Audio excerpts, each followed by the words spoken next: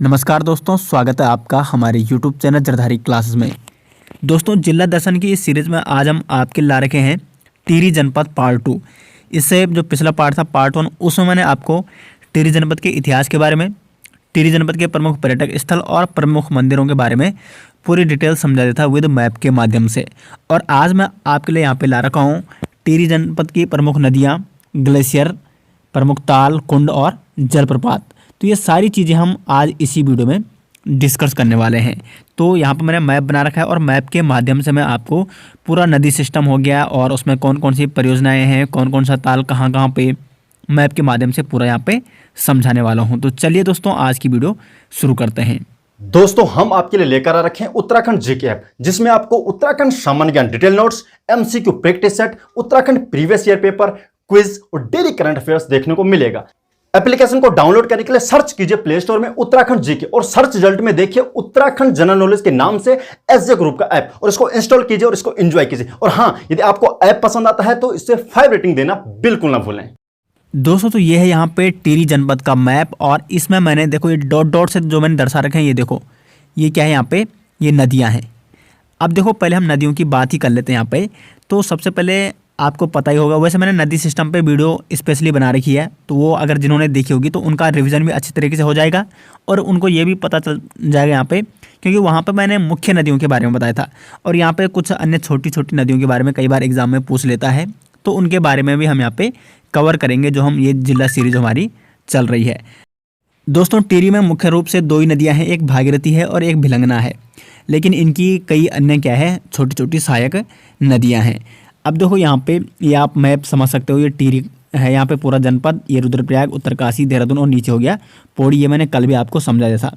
भिलंगना नदी से शुरुआत करते हैं और देखो यहाँ पे ये है भिलंगना नदी, जो मैंने डॉट से बता रखे हैं यहाँ पे, वो क्या है, नदियाँ हैं। तो ये भिलंगना नदी है। भिलंगना नदी का उद्गम स्थल कहाँ है, खतलिंग ग्लेशियर। अब देखो, खतलिंग ग्लेशियर सिर्फ इतना नहीं है, ये पूरा फैला हुआ है इधर तक खतलिंग ग्लेशियर, ठीक है, और ये रुद्रप्रयाग तक फैला हुआ है। रुद्रप्रयाग और टिहरी जनपद में स्थित है आपका खतलिंग ग्लेशियर। तो खतलिंग मतलब टिहरी में अगर कई बार आता है कि खतलिंग ग्लेशियर कहाँ स्थित है, तो ये दोनों जनपदों में, टिहरी में भी है और रुद्रप्रयाग जनपद में भी फैला हुआ है। तो खतलिंग ग्लेशियर से उद्गम होता है आपका भिलंगना नदी का। ग्लेशियर मैंने आपको स्पेशली एक वीडियो बना रखी है और वहाँ पर मैंने समझा रखा है ग्लेशियर्स क्या होते हैं। तो ग्लेशियर बर्फ़ का टीला आप कह सकते हैं, वहीं से उद्गम होता है नदियों का। तो ये नदियाँ हैं, खतलिंग ग्लेशियर से आ रही है यहाँ पे भिलंगना नदी। और ये आगे चलकर अब देखो, भिलंगना नदी पर ही एक क्या है, भिलंगना हाइड्रो पावर प्रोजेक्ट है, तो वो इसी नदी पर बना हुआ है। फिर जब ये भिलंगना नदी आगे बढ़ती है तो ये पहुँच जाती है घनसाली में। कहाँ पहुँच गई, घनसाली में। ये है घनसाली, यहाँ पर मैप में आप देख सकते हो, ये घनसाली यहाँ पे। तो घनसाली के निकट क्या होता है, ये भिलंगना नदी आ रही है घनसाली में। घनसाली में इससे कौन सी नदी संगम करती है, बालगंगा। अब देखो यहाँ पे पहले बालगंगा कहाँ से आ रही है और कहाँ कहाँ पे संगम करी है, तो ये है बालगंगा। इसकी एग्जैक्ट लोकेशन ये मालूम नहीं है कि ये कहाँ से आ रही है, लेकिन इधर से आती है लगभग, और यहाँ पे ये बालगंगा है और ऊपर से आ रही है धर्मगंगा, ठीक है, ऐसे ही आ रही है। ऊपर से धर्मगंगा होगी, नीचे से बालगंगा होगी। ये बुढ़ा केदार मंदिर है यहाँ पे, तो बुढ़ा केदार मंदिर, ये मैंने देखो मंदिर भी दर्शा रखा है। तो बुढ़ा केदार मंदिर के ही निकट में, ऐसा नहीं कि मतलब एग्जैक्ट बुढ़ा केदार मंदिर पे ही नहीं मिलती है, बुढ़ा केदार मंदिर के लगभग थोड़ा सा नीचे यहाँ पे एक हनुमान मंदिर भी है, तो वहाँ पे संगम करती है आपकी बालगंगा और धर्मगंगा। तो क्वेश्चन आता है कि बालगंगा और धर्मगंगा का मिलन स्थान या संगम स्थल कहाँ पे है, तो वो है आपका बुढ़ा केदार मंदिर के निकट। तो यहाँ पर मिल गई आपकी बालगंगा और धर्मगंगा। ये किसकी सहायक नदी है, ये है भिलंगना की सहायक नदियाँ। फिर जब ये आगे बढ़ती है तो आगे ये अब ये बालगंगा के नाम से जानी जाती है, क्योंकि धर्मगंगा किसकी सहायक नदी है, बालगंगा की सहायक नदी है। अब ये आगे बालगंगा के ही नाम से जानी जाती है और पहुंच जाती है आपकी घनसाली में। अब देखो, घनसाली में ये पहुंच गई, ये आ गई बालगंगा घनसाली में, और घनसाली के ही निकट में आप कौन मिलती है इसमें, मतलब भिलंगना में ये संगम करती है और आगे ये भिलंगना के नाम से जानी जाती है, क्योंकि जो प्रमुख नदी है उसी के नाम से जानी जाएगी आगे। अब ये भिलंगना आगे बढ़ती है और कहाँ पहुँच जाती है आपकी टिहरी डैम में, यानी गणेश प्रयाग में। यहाँ पे गणेश प्रयाग है, गणेश प्रयाग जहाँ पे पुरानी टिहरी हुआ करती पहले, जहाँ पे सुदर्शन शाह ने, मैंने आपको कल समझाया था पूरी डिटेल्स कि सुदर्शन शाह ने यहाँ पे राजधानी स्थापित की थी पुरानी टिहरी में, गणेश प्रयाग में। तो यहाँ पे गणेश प्रयाग में संगम होता था भिलंगना और भागीरथी का। अब मैं ये था इसलिए कह रहा हूँ क्योंकि अब यहाँ पे ये जो गणेश प्रयाग था वो डूब चुका है, वहाँ पे टिहरी डैम का निर्माण हो चुका है। ये टिहरी डैम काफ़ी फैला हुआ है, यहाँ से लेकर यहाँ तक ठीक है, इतना फैला हुआ है, काफ़ी बड़ा डैम है, आपको पता ही है। तो टिहरी डैम यहाँ पे काफ़ी फैला हुआ है। तो टिहरी डैम के गणेश प्रयाग में संगम होता है आपका भिलंगना का, और इधर से आ रही है भागीरथी। तो भिलंगना आप समझ गए होंगे कि भिलंगना की प्रमुख सहायक नदी कौन है, बालगंगा है। बालगंगा की कौन सहायक नदी है, धर्मगंगा है। तो कई बार सीधे वहाँ पे बालगंगा नहीं देगा, धर्मगंगा को अगर सीधे पूछ लिया कि धर्मगंगा किसकी नदी है, किसकी सहायक नदी है, भिलंगना की, भागीरथी की, गंगा की या अलकनंदा की, तब आपका आंसर क्या होगा, भिलंगना होगा। वैसे अगर एग्जैक्ट बात की जाए मतलब धर्मगंगा वैसे किसकी सहायक नदी है, बालगंगा की सहायक नदी है। तो कई बार छोटी नदी नहीं देता ऑप्शन में, सीधे बड़ी बड़ी नदियाँ देता है जो प्रमुख नदियाँ होती है। तो आपको क्या करना, फिर भिलंगना की सहायक नदी है। अब देखो यहाँ पे भिलंगना नदी हो गया। अब बढ़ते हैं भागीरथी पे। तो भागीरथी कहाँ से आती है आपको पता है, वहाँ पे गंगोत्री गोमुख से उत्तरकाशी से होते हुए आती है यहाँ पे टिहरी में, फिर ये आती है यहाँ पे। और अब देखो यहाँ पे भागीरथी में एक और नदी संगम करती है यहाँ पे, ये जलकुर नदी है, ठीक है। ये लमगांव के नीचे से आ रही है, इधर से जलकुर नदी एक नदी है, छोटी नदी है। और ये कहाँ संगम करती है, भलियाना में, ठीक है। भलियाना में एक पुल था पहले, वो तो खैर अब डूब चुका है। और इसीलिए जब भलियाना पुल वहाँ पे डूब चुका था, जब मतलब जिस पुल से प्रतापनगर वासी टिहरी आ जा सकते थे, उसके बाद यहाँ पे बना एक डोबरा चांटी पुल, जिसका हाल ही में उद्घाटन हुआ। डोबरा चांटी पुल और टिहरी डैम पर मैं एक स्पेशल वीडियो बना चुका हूँ, तो पूरी डिटेल्स आप वहाँ पे उस पर देख सकते हो, वो मेरे को यहाँ पे बताने की ज़रूरत नहीं है। तो यहाँ पे देखो, ये है यहाँ पे डोबरा चांटी पुल। इधर से ये किस नदी पर बना हुआ है, वैसे भागीरथी नदी पर बना हुआ है। लेकिन अब क्या हो गया वैसे, क्योंकि यहाँ पे ये दिखती नहीं है कि ये भागीरथी नदी है, क्योंकि मैंने बोला ना अभी कि टिहरी डैम जो फैला हुआ है वो यहाँ से घनसाली से नीचे से लेकर लमगांव के नीचे से और इधर तक फैला हुआ है। तो यहाँ पे आप ये नहीं बता सकते हो कि कौन भागीरथी नदी कहाँ पे है और कहाँ पे भिलंगना नदी है। तो इसलिए सीधे इसको, इस क्षेत्र को पूरा क्या माना जाता है, टिहरी डैम माना जाता है। तो टिहरी डैम पर बना हुआ है यहाँ पे डोबरा चांटी पुल। ये आप देख सकते हो, यहाँ पे डोबरा चांटी पुल है, इधर ये डोबरा का क्षेत्र है, इधर ये चांटी का क्षेत्र है, और यहाँ पे बना हुआ है ये डोबरा चांटी पुल। चांटी किधर आ गया, प्रतापनगर साइड आ गया। तो प्रतापनगर के लोगों को जोड़ने के लिए, मतलब टिहरी जनपद, ये टिहरी जनपद हो गया, टिहरी से प्रतापनगर को जोड़ने के लिए यहाँ पे ये डोबरा चांटी पुल का निर्माण किया गया है। क्योंकि यहाँ पे इस डैम के कारण तमाम जो पहले पुल थे, भलियाना पुल हो गया, जो छोटे मोटे पुल थे वो डूब चुके थे, और उसके बाद यहाँ पे कोई ऐसा बड़ा पुल नहीं था जिससे बड़ी बड़ी गाड़ियाँ आ जा सके। तो जो ये इलाका था यहाँ पे प्रतापनगर, और यहाँ पे आप देख सकते हो लमगांव, ये लगभग किस साइड है, उत्तरकाशी जनपद साइड हैं। तो ये पिछड़ गए थे काफ़ी, इसलिए यहाँ पे डोबरा चांटी पुल का निर्माण किया गया। तो ये आप देख सकते हो यहाँ पे डोबरा चांटी पुल कहाँ है, टिहरी डैम पर बना हुआ है। तो फिर आगे आती है यहाँ पे भागीरथी, ये टिहरी डैम में आगे आते हुए, और गणेश प्रयाग में मैंने आपको बता दिया, यहाँ पे गणेश प्रयाग था पहले, यहाँ पे भिलंगना और भागीरथी का संगम होता था। उसके बाद भिलंगना मिल गई भागीरथी में, और आगे ये फिर भागीरथी नदी के नाम से जानी जाती है। उसके बाद यहाँ पे कोटेश्वर बांध परियोजना है। खैर अभी परियोजनाओं के बारे में आगे आपको बताऊंगा, पहले मैं पूरा नदी सिस्टम कंप्लीट कर देता हूँ। फिर यहाँ पे नदी आगे बढ़ते हुए कहाँ पहुँचती है, देवप्रयाग में।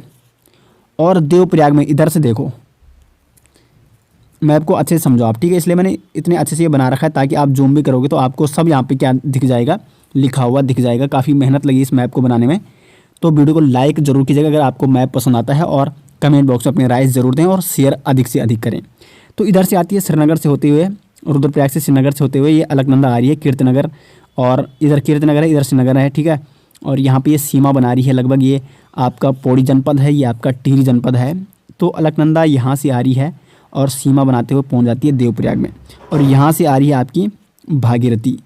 तो भागीरथी और अलकनंदा का संगम कहाँ होता है, देवप्रयाग में। भागीरथी को क्या कहते हैं, सास कहते हैं, और अलकनंदा को क्या कहते हैं, बहू कहते हैं। तो ये यहाँ पर देवप्रयाग में संगम करते हैं। और फिर देवप्रयाग से आगे बढ़ते हुए, देवप्रयाग के आगे इसको क्या कहा जाता है, भागीरथी और अलकनंदा को गंगा नदी कहा जाता है। गंगा नदी फिर आगे बढ़ती है और कहाँ पहुँचती है आपकी, यहाँ पे ब्यास घाटी, ये पौड़ी में है, ठीक है। ये इधर पौड़ी है, टिहरी है, तो यहाँ पे लगभग मतलब इधर पौड़ी में है ब्यास घाटी। तो ब्यास घाटी में संगम करती है आपकी गंगा, और इधर से आ रही है पौड़ी से नयार नदी। नयार नदी के बारे में मैंने डिटेल्स आपको वैसे नदी सिस्टम में बता रखा है, लेकिन नयार नदी किसकी कौन से जनपद में बहती है, पौड़ी जनपद में बहती है, तो उसको मैं जो पौड़ी जनपद वाली सीरीज़ होगी उसमें बताऊंगा पूरी डिटेल्स। तो ये इधर से आ रही है, पौड़ी से आ रही है नयार नदी, यहाँ पे भैरव मंदिर है और यहाँ पे ब्यास घाटी, तो ब्यास घाटी में मिलती है। वैसे कहीं कई जगह आपको फूल चट्टी भी देखने को मिलेगा, लेकिन फूल चट्टी काफ़ी फैला हुआ स्थान है ऋषिकेश में, ये ऋषिकेश के अंतर्गत आ रहे क्षेत्र, इसलिए वहाँ पे क्योंकि फूल चट्टी फेमस स्थान है इसलिए कहा जाता है, लेकिन एग्जैक्ट ये फूल चट्टी में नहीं मिलती, बल्कि यहाँ पे ब्यास घाटी है या ब्यास घाट। तो ब्यास घाट में मिलती है आपकी गंगा नदी, ऊपर से आ रही है और यहाँ से नयार नदी, और फिर ये आगे फिर गंगा नदी के नाम से ही जानी जाती है। और अब देखो यहाँ पे ये चली गई गंगा नदी, ठीक है, और गंगा नदी ये चली गई, और यहाँ पे आगे देखो अभी काफ़ी कुछ गंगा नदी पे भी जो एग्ज़ाम में पूछने लायक है। तो देखो गंगा नदी के किनारे यहाँ पे क्या है, वशिष्ठ गुहा हो गया, वशिष्ठ गुफा, वशिष्ठ आश्रम, वशिष्ठ कुंड, ये सारे क्या है गंगा नदी के ही किनारे है। फिर यहाँ पे ऋषिकेश में, ये ऋषिकेश का स्थान आ गया, ठीक है, ये सारा ऋषिकेश का क्षेत्र है, ये सॉरी ये नरेंद्र नगर ऊपर हो गया, नरेंद्र नगर के नीचे से लेकर इसको आप कह सकते हो, क्योंकि ऋषिकेश कुछ आपका देहरादून में फैला हुआ है, कुछ आपका टिहरी में फैला हुआ है, कुछ इधर पौड़ी में भी हो गया। तो ये हो गया यहाँ पे ऋषिकेश, और ऋषिकेश में यहाँ पे लक्ष्मण झूला पुल, ये किस पर बना हुआ है, गंगा नदी पर, इसके बारे में मैंने आपको कल भी बताया था। और लक्ष्मण यहीं पे तपोवन नामक स्थान भी है। और उसके बाद यहाँ पे आगे बढ़ते हैं, राम झूला पुल यहाँ पे है, और फिर ये है यहाँ पे जानकी सेतु पुल। जानकी सेतु के पुल के बारे में आपको कल डिटेल्स बता चुका हूँ। तो यहाँ पे ये मुनि की रेती, इधर इधर स्वर्गाश्रम है, तो मुनि की रेती और स्वर्गाश्रम को जोड़ता है जानकी सेतु पुल, जिसका लगभग 2020 में ही उद्घाटन किया मुख्यमंत्री त्रिवेंद्र रावत ने। तो यहाँ पे जानकी सेतु पुल है जो कि मुनि की रेती जो कि टिहरी में है, स्वर्गाश्रम पौड़ी में है, इन दोनों स्थानों को जोड़ता है। और किस नदी पर यह बना हुआ है, तो यह है आपकी गंगा नदी। और फिर गंगा नदी आगे बढ़ती हुई कहाँ पहुँचती है, ये आ गया ऋषिकेश देहरादून क्षेत्र में, और फिर ये आगे हरिद्वार में जाती है। तो वो तो खैर हम आगे हरिद्वार जनपद वाली सीरीज़ में आपको बताएंगे। तो लगभग नदियों के बारे में, हाँ यहाँ पे मैंने एक चीज़ छोड़ दी, यहाँ पे हेमवल नदी, ठीक है, ये हेमवल नदी आती है कहीं से। अब इसका एग्जैक्ट लोकेशन ये नहीं है कि कहाँ से आती है, क्योंकि जो छोटी छोटी नदियाँ हैं वो किसी ग्लेशियर से नहीं आती, बल्कि कहीं से भी निकल जाती है, तो उनका एग्जैक्ट लोकेशन मालूम नहीं है। तो हेमवल नदी आ रही हो, ये कहाँ पे मिलती है, शिवपुरी में। शिवपुरी कहाँ पे, ऋषिकेश में है। शिवपुरी ऋषिकेश में हेमवल नदी संगम करती है गंगा नदी से। तो ये भी आपको नोट करना है अगर आप इसको नोट करना चाहते हैं। तो ये हो गया लगभग नदी सिस्टम आपका टिहरी जनपद का कंप्लीट हो गया। अब इसकी प्रमुख परियोजनाओं के बारे में बात कर लेते हैं कि कौन कौन से परियोजनाएं कहाँ कहाँ पे बनी हुई है। तो देखो यहाँ पे घनसाली में, मतलब भिलंगना नदी पर, घनसाली के ऊपर है, भिलंगना नदी पर बनी हुई है भिलंगना हाइड्रो पावर प्रोजेक्ट। तो ये कहाँ है, टिहरी जनपद के भिलंगना घाटी में या भिलंगना नदी पर बनी हुई है भिलंगना हाइड्रो पावर प्रोजेक्ट। उसके बाद अगर आप नीचे जाते हो तो यहाँ पे टिहरी बांध परियोजना है। टिहरी बांध परियोजना मैंने आपको टिहरी डैम में पूरी डिटेल समझा रखा है। इसमें 3 पार्ट में बांटा गया है इसको। 2 तो हज़ार मेगावाट की है जो कि टिहरी डैम के ही निकट है, यहाँ पे है, और एक है यहाँ पे नीचे भागीरथी नदी पर बनी हुई है आगे कोटेश्वर बांध परियोजना, मतलब टिहरी डैम से लगभग 20-25 किलोमीटर नीचे है यहाँ पे कोटेश्वर बांध परियोजना। ये यहाँ पे टिहरी डैम हो गया, और यहाँ पे है कोटेश्वर बांध परियोजना, ये 400 मेगावाट की परियोजना है, ठीक है। तो ये हो गया आपका कोटेश्वर बांध परियोजना। और टिहरी डैम की कुल क्षमता की बात की जाए तो टिहरी डैम 2400 मेगावाट की जल विद्युत परियोजना है। उसके बाद एक अन्य परियोजना है कोटली भेल परियोजना, ये देवप्रयाग में है गंगा नदी पर, क्योंकि यहाँ आगे इसको गंगा नदी, यहाँ पे देखो देवप्रयाग में भागीरथी और अलकनंदा का संगम हो गया, अब ये गंगा नदी के नाम से जानी जाएगी। तो यहाँ पे आसपास कहीं एग्जैक्ट लोकेशन इसकी मेरे को मालूम नहीं है और पता नहीं चल पाए, तो यहाँ पे कोटली भेल परियोजना है देवप्रयाग में, ठीक है। तो इधर ही होगी ये कहीं पे, ठीक है, देवप्रयाग में। और उसके बाद जो अन्य परियोजना है झालाकोट परियोजना, ये धर्मगंगा पे है। धर्मगंगा कौन सी है, जो कि बाल गंगा की प्रमुख सहायक नदी है, तो इस नदी पर बनी हुई है आपकी झालाकोट परियोजना। उसके बाद यहाँ पे एक लंगरासू परियोजना है जो कि अलगाड़ नदी पर है। अब देखो अलगाड़ नदी के बारे में मैंने आपको बताया नहीं अभी, ये अलगाड़ नदी है, इसका उद्गम जो स्थल है ये नागटिब्बा के आसपास है, कहीं नागटिब्बा के आसपास यहाँ पे, यानी आप कह सकते हो कि नागटिब्बा के निकट से निकलती है अलगाड़ नदी, अगलाड़ नदी। और अगलाड़ नदी का जो संगम होता है वो होता है यमुना नदी से। तो यमुना नदी की प्रमुख एक सहायक नदी है अगलाड़ नदी, जो कि टिहरी जनपद के नागटिब्बा क्षेत्र से निकलती है और यमुना नदी में संगम करती है। तो अगलाड़ नदी में कौन सी परियोजना है, तो यह यहाँ पे लंगरासू परियोजना। कौन सी, लंगरासू परियोजना है यहाँ पे अगलाड़ नदी पर बनी हुई। अब देखो एक चीज़ आपको नोट करनी है, जौनपुर क्षेत्र है। जौनपुर क्षेत्र में एक सबसे प्रसिद्ध मेला है मोण मेला। मोण मेला जिसमें मछलियाँ पकड़ी जाती है, माँ से आप लगा सकते हो मछलियाँ। मोण मेला में क्या पकड़ी जाती है? मछलियाँ पकड़ी जाती है। तो यहाँ पे ये जो मछलियाँ पकड़ने का आयोजन होता है वो इसी अगलाड़ नदी पर होता है, क्योंकि जौनपुर क्षेत्र में ये नदी बह रही है, अगलाड़ नदी है, जौनपुर क्षेत्र हो गया। और यहीं पे आपका क्या लगता है? आपका मोण मेला लगता है। और इसकी शुरुआत नरेंद्र शाह ने की थी। जौनपुर क्षेत्र में जौनसारी जाति का एक प्रमुख मेला है यहाँ पे मोण मेला। तो यहाँ पे मैंने आपको नदियों के बारे में और जो उसमें प्रमुख जल विद्युत परियोजनाएं हैं उनके बारे में मैंने बता दिया है आपको कि कौन कौन सी परियोजनाएं हैं और कौन कौन सी नदियाँ कहाँ पे। अब देखो, अब यहाँ पे तालों के बारे में बात करते हैं कि टिहरी जनपद में कौन कौन से ताल और उनके लोकेशन कहाँ कहाँ हैं। तो देखो यहाँ पे सबसे पहले इधर देखो, खतलिंग ग्लेशियर मैंने आपको बता दिया है। तो इन्हीं के निकट है, यानी खतलिंग ग्लेशियर के ही निकट है सहस्त्रताल, मासरताल और वासुकी ताल। सहस्त्रताल जिसको गढ़वाल का सबसे बड़ा ताल भी माना जाता है, और ये आपका कहाँ है? खतलिंग ग्लेशियर के ही पश्चिम तट पर। ये पूर्व हो गया लगभग, और इसके पश्चिम में आपका आ गया सहस्त्रताल। ठीक है, उसके बाद यहाँ पे मासरताल है। तो मासरताल भी कहाँ है? आपका यहाँ पे सहस्त्रताल के ही ये निकट है, और इसी मतलब खतलिंग श्रेणी में ही यहाँ पे ये स्थित है। और वासुकी ताल भी यहीं आसपास है। तो ये 3 ताल आप यहाँ पे देख सकते हो, सहस्त्रताल, मासरताल और वासुकी ताल।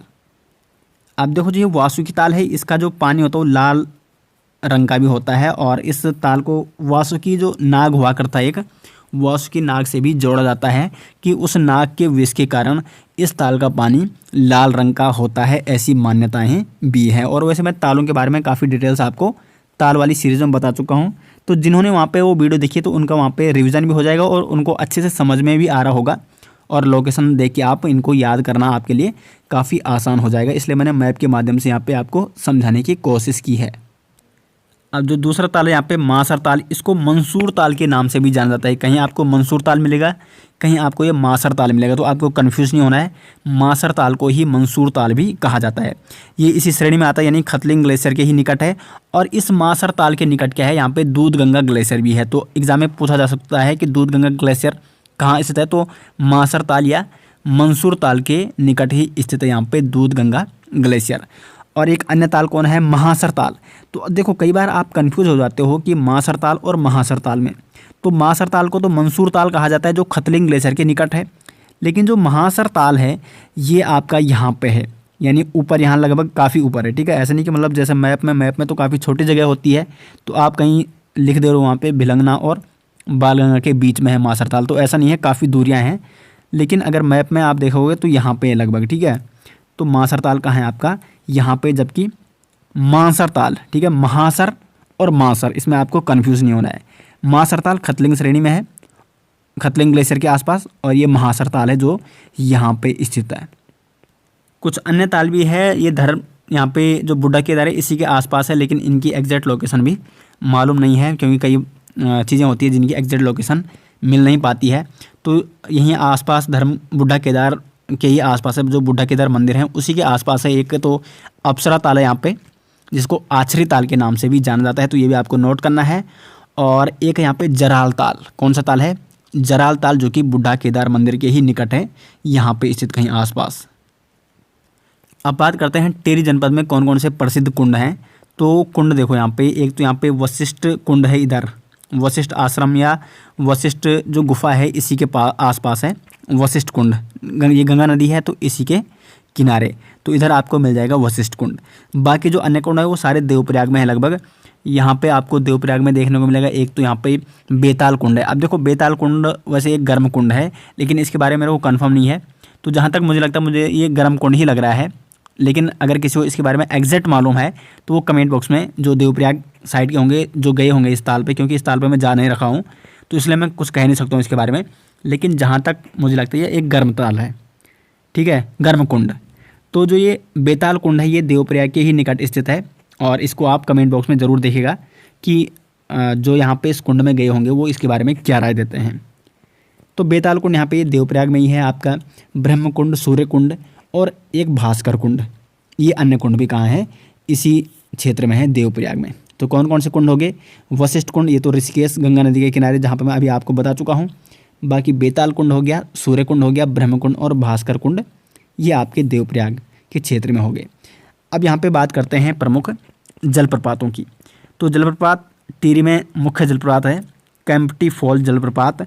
ये मसूरी के निकट है, मसूरी से लगभग 10-15 किलोमीटर दूर। ये तो मसूरी क्षेत्र हो गया, ये देहरादून के अंतर्गत आ रहा है और मसूरी के ही निकट है आपका केम्प्टी फॉल जलप्रपात। तो इसलिए इसको क्या कहा जाता है कि ये मसूरी में स्थित है, लेकिन है ये एक्चुअली टिहरी जनपद में स्थित है।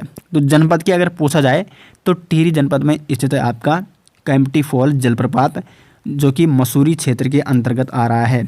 मसूरी क्षेत्र के मतलब मसूरी क्षेत्र वो क्षेत्र कहाँ आता है, टिहरी जनपद के अंतर्गत आता है केम्प्टी फॉल जलप्रपात। तो कंफ्यूज नहीं होना आपको, कई बार अगर मसूरी दे दिया तो आप सीधे लगा देते हो कि मसूरी का मतलब देहरादून हो गया।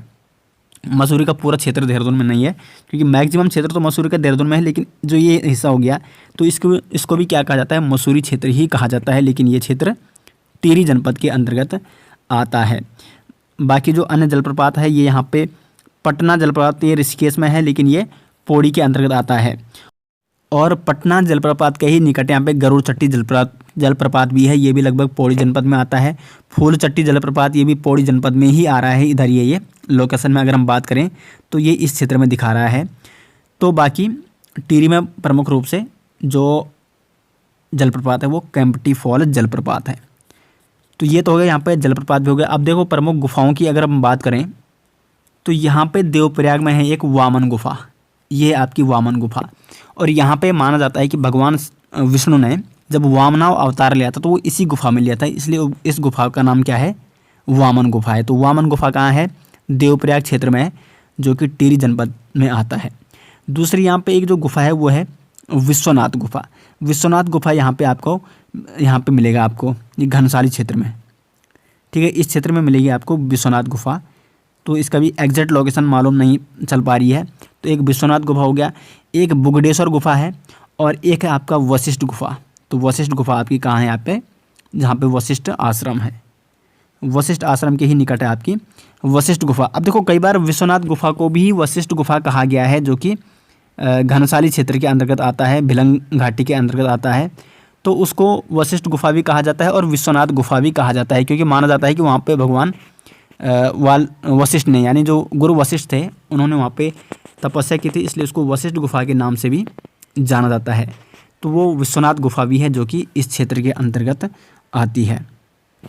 दोस्तों तो यहाँ पर मैंने आपको पूरी डिटेल्स यहाँ पे बता दिया है नदी सिस्टम के बारे में टिहरी जनपद के, और जल विद्युत परियोजनाएं हो गया, प्रमुख कुंड हो गया, प्रमुख जलप्रपात हो गया, और प्रमुख जो गुफाएं थी टिहरी जनपद में वो सारी मैंने यहाँ पे बता दी है। बाकी मंदिरों के बारे में और पर्यटक स्थलों के बारे में कल मैं आपको काफ़ी डीपली वहाँ पे बता चुका हूँ। मैप आप इसी को लीजिएगा, क्योंकि कल के मैप में मैंने वो पेंसिल से लिखे थे, लेकिन वो वहाँ पे जूम होने पर वहाँ पे फट रहे थे, ठीक है। तो इसलिए मैंने आज काफ़ी मेहनत से ये सारी चीज़ें यहाँ पे लिखी है। देखो ये मैंने सीधे कंप्यूटराइज यहाँ पे लिख रखा है। ये देखो धर्मगंगा, ये लमगांव है, प्रतापनगर है, इधर आपका सेममुखीम हो गया, ये सेमनाथ मंदिर हो गया यहाँ पे, और क्या क्या चीज़ें, सब चीज़ मैंने इसमें दर्शा रखी हैं।